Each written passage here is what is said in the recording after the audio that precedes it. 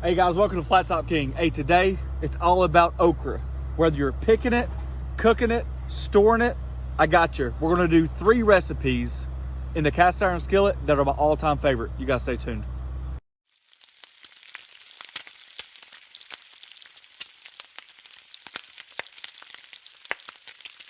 All right, you guys noticed that I was picking the okra out there. If you're an okra fan like me and you already know how to pick your okra, avoid this altogether. You can go straight to the recipe section. But this is for the new beginners. I could not tell you, it's not necessarily funny now just because I've told the story 15,000 times, but the first year we grew okra, I thought I had a green thumb. The bigger the okra grew, the better I thought I was. Next thing you know, we had arms of okra, but they were absolutely unedible. I mean, these things had to be that big, and I'm showing everybody how big my okra was. and I brought them in, and I literally could not cut through them. That's a trick, okay? So we'll get back to that in a second. So I kept cutting and cutting and cutting, and I could not do it. I'm like, man, you must have to cook this for a long time to really make these tender. I had absolutely no idea that okra, first of all, got that big. And second of all, you're not supposed to let okra get that big. So let's look down here. I threw some of it away, but the golden idea is anywhere between a pinky and a thumb, okay? So I try to pick some that are a little bit larger so you guys can see the difference. The width definitely has nothing to do with it. You could get a wider okra that's a little bit more tender than a skinnier okra that's a little bit more tougher. So here's what we do. If your knife goes through it with ease, this is borderline. I probably won't use this because we have so much. It's not bad. This is borderline too big for me to eat anyways. But there's sometimes you just cut the tops off, and if your knife doesn't go through it easily, just go ahead and discard the whole okra. There's so much of it that grows, you're never going to be able to chew through it. And that is absolutely no good to eat. Yeah, this okra is pretty good. Personally for me, my daughter likes fried okra. That's one of the very few vegetables that she does like. But she actually likes the tips. Can you see that? So that's why I keep the tips. Some people actually don't keep the tips. That is completely up to you. And I will give you a tip, the last tip, so when you get started. I would much rather pick my okra a day early than a day late. Remember that. That's not a good one. So I just moved it off to the side. And you're just looking to get bite-sized pieces, uniform pieces. Just like that. We're going to get the rest of these cut up and get to our favorite, #1, best way ever fried okra. All right, I'm gonna call this 2-ingredient fried okra, but I'm going to use the 3rd ingredient. This is completely optional. You do not have to use it, but I absolutely love it. You ready? You got your okra, you got it cut up. All right, so just real quick, we got our cast iron skillet preheating. I've got my oil thermometer in there. I'm using peanut oil, and we're going to shoot around 350 to 375, okay? So the okra's in here. I've got my mustard. Don't squeamish, don't squeeze, not right yet. All right. I use this almost exclusively for everything. There's different varieties. There's a lemon, there's a crispy, and there's original. I actually buy 3 of them. I buy the lemon, I buy the crispy, and I buy the spicy. I mix them all together, and that's my breading. You guys can use whatever you want to. You can take flour and spice it up. But if we're talking about quick, easy, and absolutely packs a punch of flavor, why not go with something you trust? All right? All right. Instead of eggs and milk and everything else, just a good dash of mustard. You don't need a lot. All you want to do is just toss your okra and get it coated. You're not looking for like a thick coating or anything like that. Plenty of moisture for your seasoning to stick to. So basically you're just creating the glue for your okra. Okay? Now will you taste the mustard taste? Absolutely not. No way. Matter of fact, you're not a big fan of spicy foods, and watch this. I just think it gives it this little extra kick that hits in the background. And a lot of people say season your food when you're frying, but the seasoning mix has so much salt and seasonings in it already, you don't need it. Add in the hot sauce, just gives it that little extra kick that we like when we have okra. Let's show them what hot sauce. This is what we like. That's what we like. All right. In this bowl right here is just the concoction that's already mixed up. The only thing I had left over was this package. So that's all we have left over from the mixture of the three. So if you don't use the hot sauce, you can pick out which coating you like. You're just talking about 2-ingredient mix right here. It's pretty simple, straightforward. I love what the cornmeal does to the okra. Keeps it nice, crisp, kind of like a light dredging. And I'd much rather have that than a deep fried. Let's add the rest of this. This is my bag that I keep it in. When you mix the three. When I mix the three. So hint, hint, put on your list. I need more, honey. Yep. All right.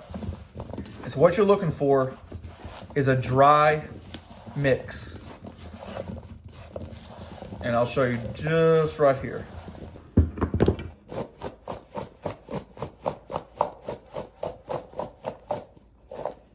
There we go. Everything's pretty much dry and coated. Everything's separated. You've got individual pieces. And that's what we're looking for. Just a quick tip, really quick. Instead of taking your fried foods, it doesn't have to be okra. French fries, okra, fish, you name it. Speaking of fish, we got that video up there. Fried catfish, love it. Take something, whatever it is. The reason why the paper towels there is just to protect the grease from coming down. But don't put it directly on paper towels. I think the paper towels, newspaper, etc., gets soggy, which results into a soggy dish. Okay, so what I like to do is put it on here, which allows the grease to drain and it keeps your fried food a lot crispier for longer. Okay, target temperature pretty close, 340, 380. It's right in the middle. And like anything when you're frying, just be careful. You don't want to overload it, and watch your temperatures very carefully.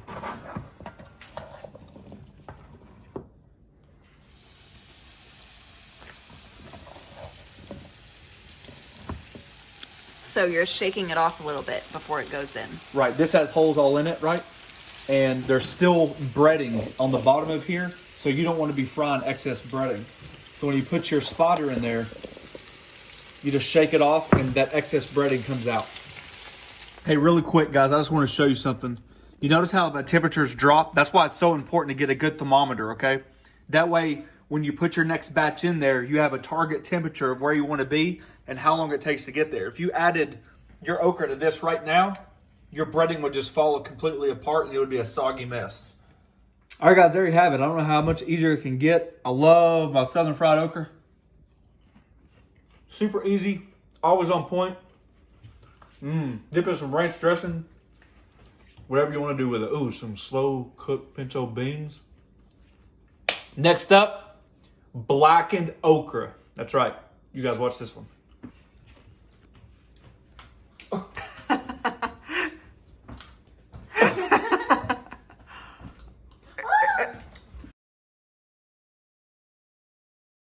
All right, guys, so we got number 2 on the list of incredible ways to make okra. You've already seen the fried okra. This is my blackened okra.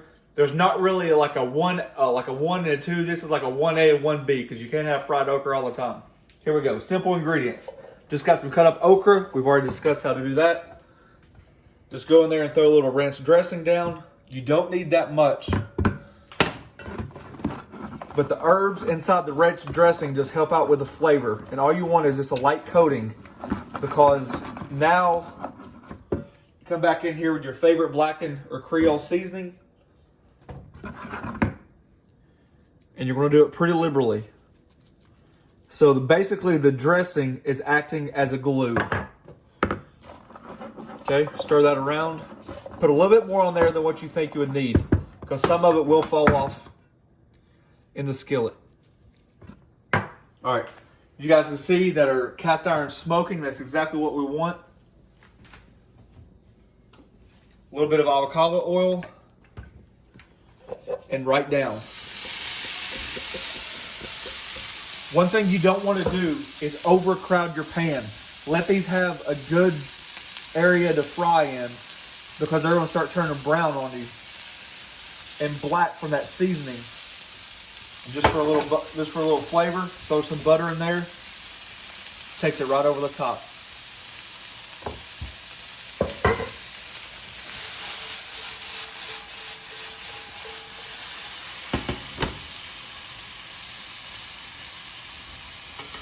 See how it's already getting browner? See those little black bits? That's smells what you want. Good. Yeah. All right, you just want to make sure that you're watching your okra because it can get away from you. But you just want to keep stirring it until it gets to where you like it. I don't know, maybe 5-8 minutes, something like that. One thing I will say, keep your temperature higher than normal. A lot of times I cook about the 4 range on a system set from low to high. So low being 1, 10 being high. 9 times out of 10, I'm at a 4 range. But I want that heat to keep going and going and going. So for this one, I'm going to be about a 6 to 7. One of the very few times I cook without high heat. See it?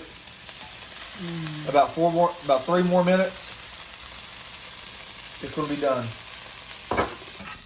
If you guys don't overcrowd your pan, you're less likely to produce slimy okra. I know a lot of people don't like it, and this is one way to do it. Plenty of surface area, work in small batches. Tell you guys all the time, just like on the flat top, I've already cut my heat. There's so much residual heat going on. This is a good way to clean the cast iron just like we would the flat top. So other than that, that's it. I know it don't seem like much, but when you add that ranch dressing with all those herbs and you get that big kick from the blackened seasoning, very simple. Get ready for video number 3. All right, guys, so we got okra number 3. Last and not least, one of my favorites. It's almost like end of the season. The garden's growing like out of control and you got all these vegetables. What are you going to do? I call it Okra Hash, like a succotash. If you think about corn and lima beans, take out the lima beans, insert some okra, you're good to go. All right, so look down here. I just got some bacon that's already been cooked. I don't even bother taking it out of the pan. Just move it off to the side. It's about 4 pieces of bacon. Keep all that fat in there, okay? Come back in here with that okra. Let's start frying that okra in that bacon grease. Fresh cracked pepper and a little bit of salt.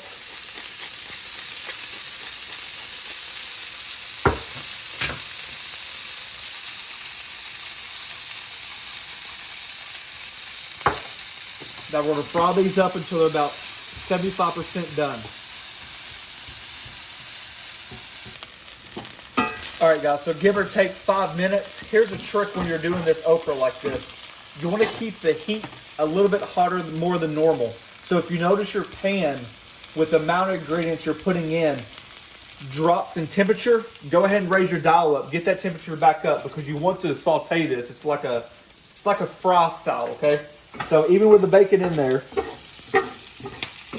all that bacon fat and all that other stuff, there's plenty of fat in there. Go ahead. We got some Marconi peppers that we grew from the garden. We got some garlic, about a half an onion, and 2 ears of corn. But you can also use bell peppers. Yep. Or poblano peppers. Yep, whatever you got growing in the garden. Good jalapeno would be good in there right now. Season this with a little bit of salt and pepper. All right, guys, so it's been about 6 or 7 minutes. You guys notice how that bacon kept crispy? We got some char on the vegetables. That's what I'm talking about. This is an outstanding little side dish. A great way to incorporate your okra.